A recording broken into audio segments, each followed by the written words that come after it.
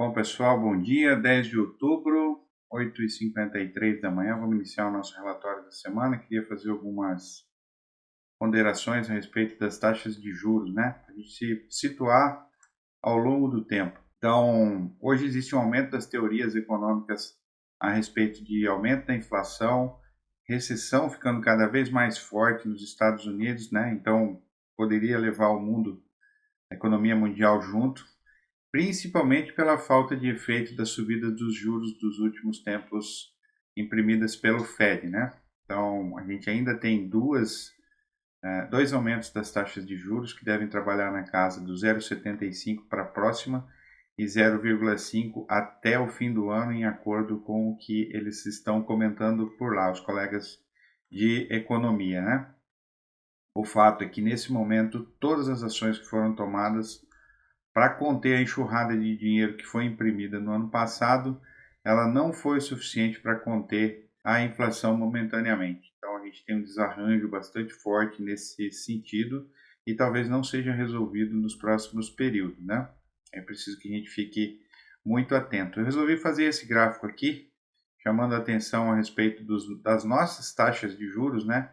Utilizando o CDI, que é a taxa entre os bancos, seria uma taxa mais real do que a falada pelo próprio governo, né? Então, entre essa linha amarela e essa outra, a gente tem o governo Dilma Rousseff, né? Para quem não lembra, só para relembrar, né? Relembrar é viver. 1º de janeiro de 2015, ela assumiu o governo aqui nessa linha amarela aqui.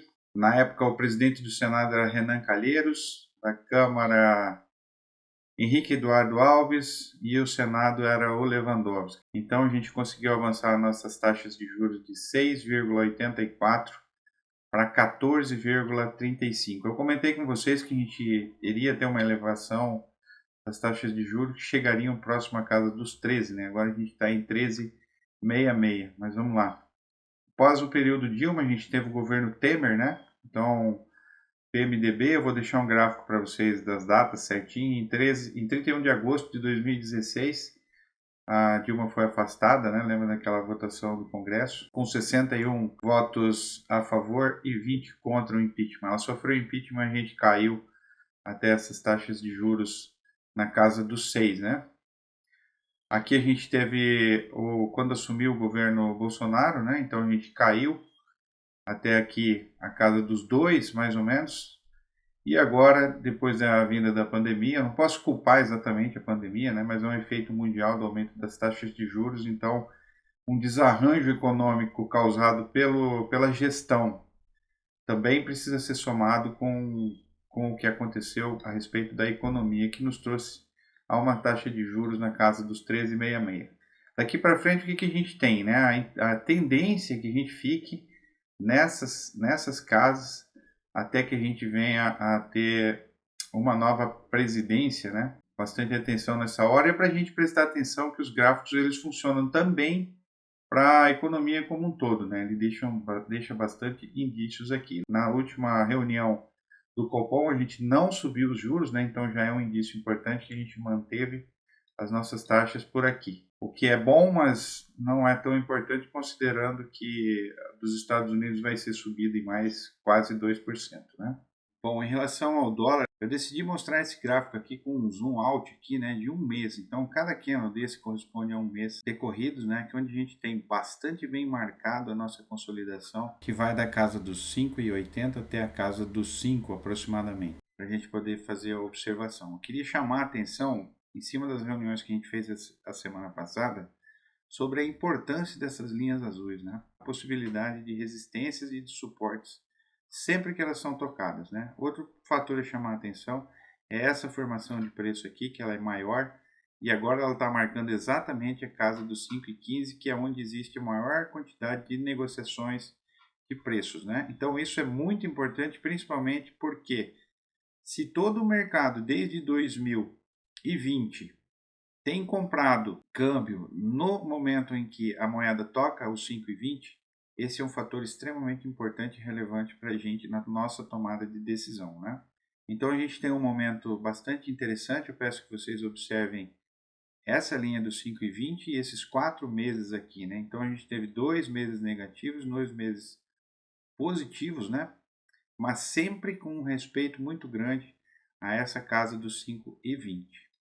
Se a gente olhar ele mais de perto, vamos olhar semanalmente aqui, claro, né, o mesmo gráfico, só que dentro de uma semana, a gente vai continuar vendo essa casa dos 5,20 como muito importante, né? Então ela está aqui, nesse momento ela está trabalhando em cima da casa dos 5,20, apesar de ter tocado casas inferiores na abertura, né? Então vejam como, agora olhando mais de perto, todas essas semanas, né?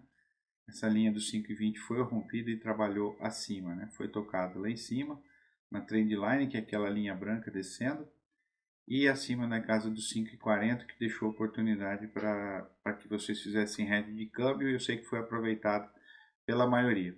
Bom, então olhando bem mais de perto, nossa previsão da semana passada foi que ele viesse a fechar dois gaps de uma vez, né? Primeiro esse aqui que estava embaixo e depois esse aqui que estava em cima, né? Então, a gente fechou o primeiro gap e de quebra veio tocar aqui embaixo na casa dos 5,20, dado principalmente ao humor do mercado depois da eleição, conforme a formação do Senado e do Congresso, que foi amplamente divulgado, né?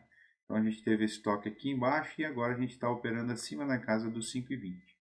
A minha previsão ela não muda, ela vai continuar válida, né? Mesmo que esse dólar venha a tocar aqui, em algum momento a gente vai fechar esse gap, né? Isso aqui pode ser um importante ponto para quem pensa que o câmbio vai se manter dentro da casa dos 5,20 e dos 5,40 como uma oportunidade, né? Então aqui no 5,362, 5,365 é um câmbio que vai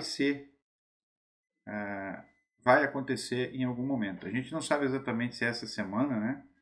Mas os gaps são fechados e eu acredito que a gente vai acertar novamente nessa previsão. Bom, em relação ao soja, mantendo o mesmo raciocínio, né? Eu vou olhar mais de longe, depois a gente vai aproximando aqui, mas eu queria chamar a atenção a respeito dos pontos de vista qualitativos, né? Amanhã a gente vai ter o relatório do SDA, que vai vir às 12 horas do horário de Brasília.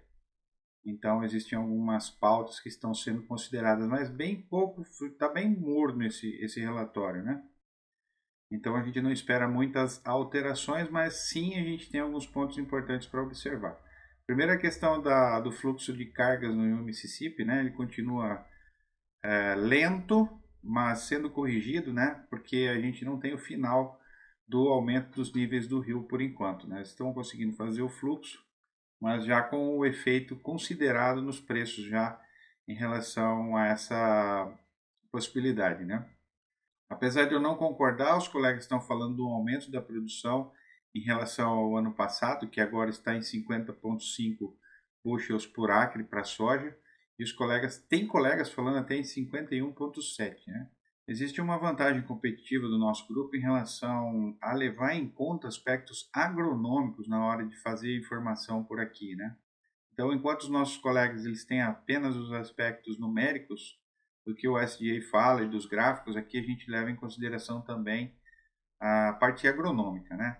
Falando nisso, porque a gente mantém a nossa previsão da produtividade dos americanos está em torno dos 50,5, e para quem lembra, no início da safra americana a gente estava no pico dos preços de fertilizantes, né? Que influenciou em duas situações distintas. A primeira foi a migração das áreas de milho para a soja, que acabou acontecendo, e agora a questão da produtividade. Quem não está prestando atenção no ponto de vista agronômico vai perder a oportunidade de prever uma possível quebra na safra americana, que pode ser um fator altista para os nossos preços, que não vai estar computado nos preços de agora. Em relação aos preços em si, né, a gente está num ponto muito importante, seguindo o mesmo raciocínio, aqui no 13,79,4, a gente tem essa linha azul que é bastante importante, né? Ela tem 1, 2, 3, 4, 5 toques. E a gente vai ter um preço se comportando de duas formas a partir desse momento, ou abaixo ou acima da linha azul, né? O que nos protege abaixo, olhando o gráfico mensal, é essa trendline de alta. Ela já deixou algumas dúvidas em relação. A semana passada eu fiz algumas reuniões e a gente falou que ela poderia ser tocada ou até nem ser tocada, né? Que está acontecendo no momento. Na prática, se a gente olhar mais de perto, nós vamos ter uma briga aqui bastante forte em cima dessa linha de preço, né? Porque primeiro a gente tem uma formação de preço bastante forte aqui, onde a gente está nos preços mais aceitos. A gente tem uma suporte e resistência bastante alta aqui e uma trendline de alta. Então eu tinha falado na semana passada que o comportamento do preço do soja seria até o ano que vem, possivelmente, trabalhar dentro dessas duas linhas de preço, caso a gente não veja nenhum tipo de desarranjo muito sério em relação ao conflito da Ucrânia e da Rússia, né? Então, mesmo que a gente venha a ter um toque nessas casas inferiores, o preço ele está de certa forma bastante confortável. O fato de ele não ter encostado nessa linha nos deixa uma boa chance para as próximas semanas para que haja um fechamento principalmente acima dessa casa dos 13,79. Então agora vocês estão vendo 13,80 vencendo, né? Vamos aguardar o fechamento até o final do dia.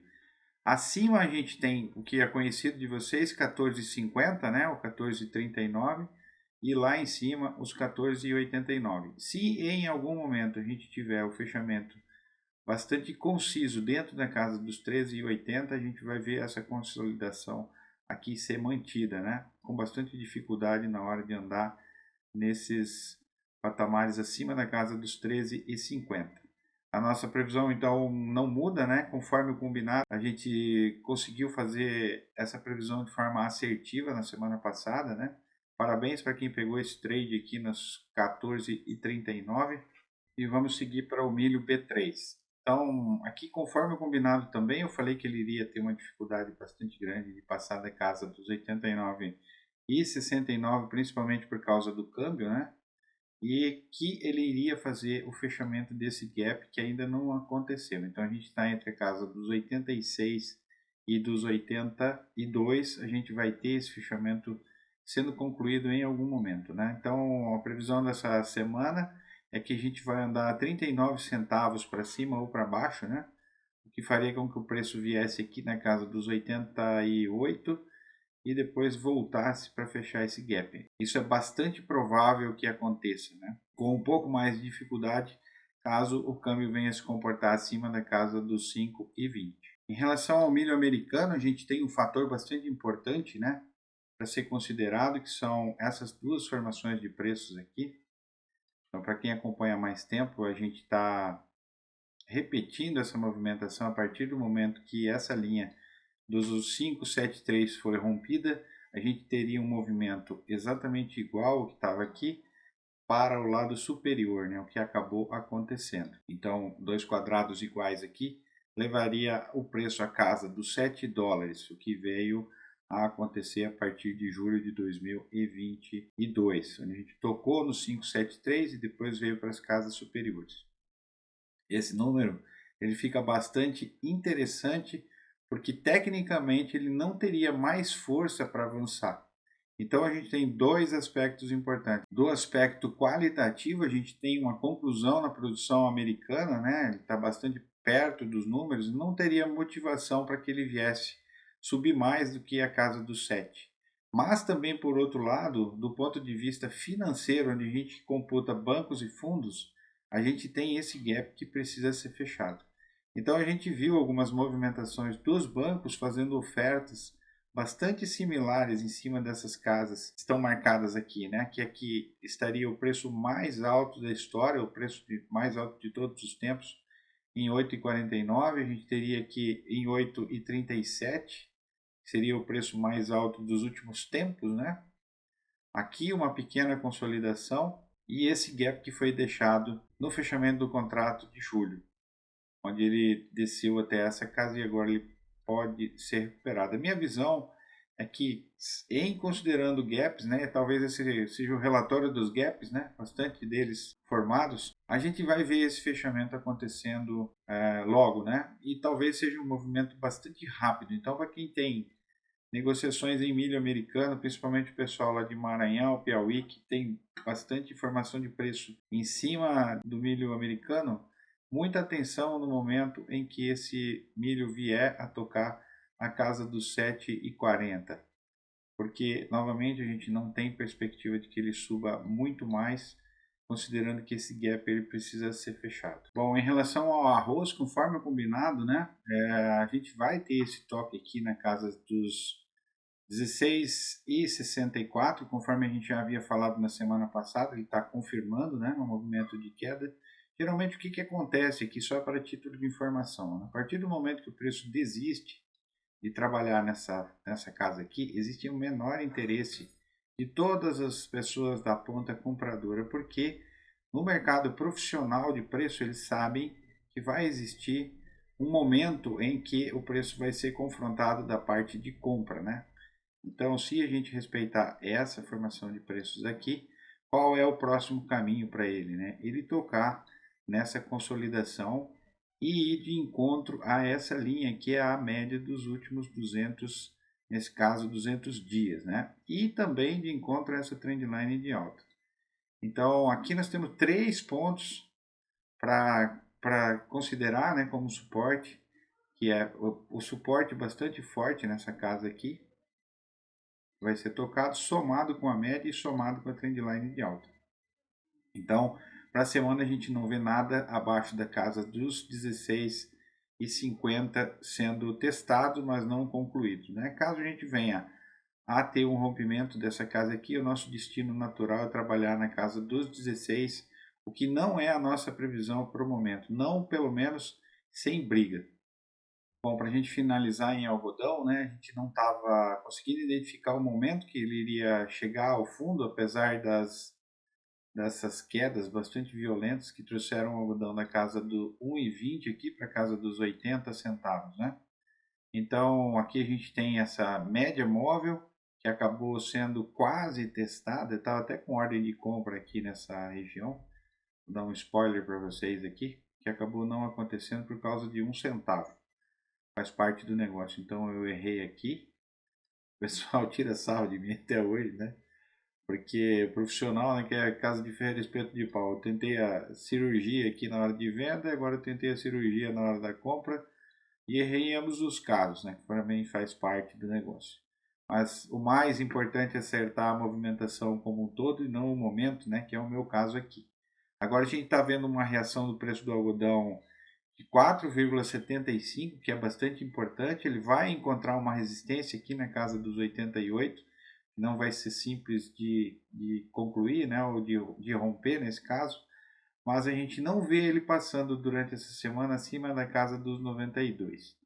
Talvez a gente tenha uma nova formação de consolidação que seria entre a média e a casa dos 96,81, onde o preço mais adequado para esse período seria 96,81 como uma boa oportunidade para quem precisa fazer negócio e uma oportunidade aqui embaixo aí para outras pessoas, para quem precisa comprar algodão, né, em cima da média móvel que está na casa dos 76,58. Nossa previsão para a semana é que ele vá tocar alguma coisa aqui na casa dos 90. Tá bom? Uma boa semana a todos. E assim que tiver alguma informação relevante, eu volto a entrar em contato.